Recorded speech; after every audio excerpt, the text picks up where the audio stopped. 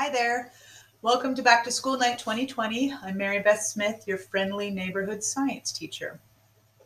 This is my 15th year teaching at El Molino High School. I live in Rio Nido and I have three kids, a 2019 Elmo grad, a current sophomore, and a first grader. Um, if you would like to contact me, please do at my email, which is mbsmith@wiscahuds.org. Emphasis on the B because that is different than our normal email format. I have a middle initial in there, MB Smith. This email is on the course syllabus, and all of the information that I'm going to present in this video is on the course syllabus, which is the link right next to the link you clicked on to see this video. So that's where you could go to get my email address. And the class syllabus will be available to you in the Google Classroom. So if you haven't been invited yourself to the Google Classroom yet, that's something that you're going to want to do as a parent. If you're having any trouble inviting yourself to the Google Classroom, please email me. It could be because there's a little problem and something I have to fix.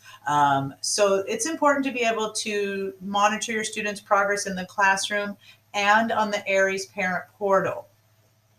In the classroom, you'll see all of the assignments are posted there.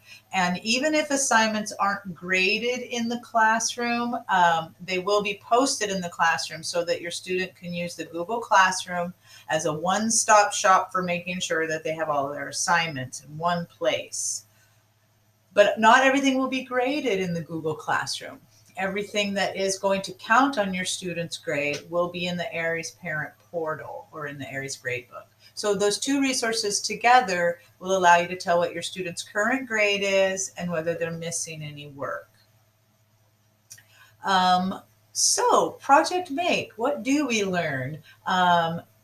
Technically, the class is called a Design and Engineering Survey course. So we go over a lot of things that we find in the areas of design and engineering and multiple industry sectors in the CTE industry sectors, but most notably in the product manufacturing and development sector. And so right now, students are learning graphic arts, simple machines such as the wheel and the lever, and we just started learning about advanced manufacturing and to celebrate October as Manufacturing Month. We will then move on to learn more advanced design methods such as vector design that is used for CNC tooling and machining. And then we will go into 3 dimensions and do some 3D modeling. Additionally, in this class, your students will get experience with simple electronic circuits. And I guess we're probably going to do some traditional coding this year to replace the microcontroller programming that we would do, because I know I'm not going to be able to get the students microcontrollers. We also would do flight and solar energy and jewelry making and sewing and pretty much anything that I can find to break up some of the computer work that we do in class with some nice hands-on making skills.